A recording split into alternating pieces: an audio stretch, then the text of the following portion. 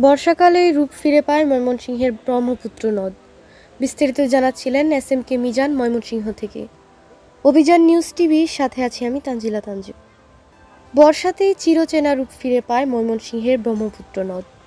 প্রতি বছর এই সময়টাতে নদের উত্তাল ঢেউয়ের তাণ্ডবে দুপারে ভাঙনের তীব্রতা বৃদ্ধি পায়। এবারও শত শত একর ফসলি জমি ও পৈতৃক বসতভিটা নদের গর্ভে বিলীনে নিঃস্ব হয়ে পড়েছেন শতাধিক পরিবার।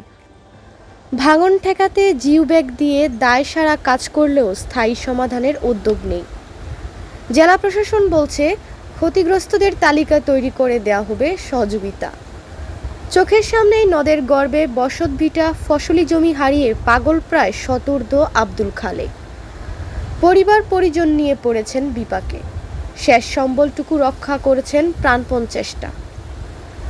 নদের স্রোতে ময়মনসিংহের গৌরীপুরের পশ্চিম ভাটিপাড়া, উজান কাশিয়ার চর এবং খোদাবক্সপুর গ্রামের শতাধিক পরিবারের বসতভিটা ফসলি জমি চলে গেছে নদীতে বিলীন হয়ে।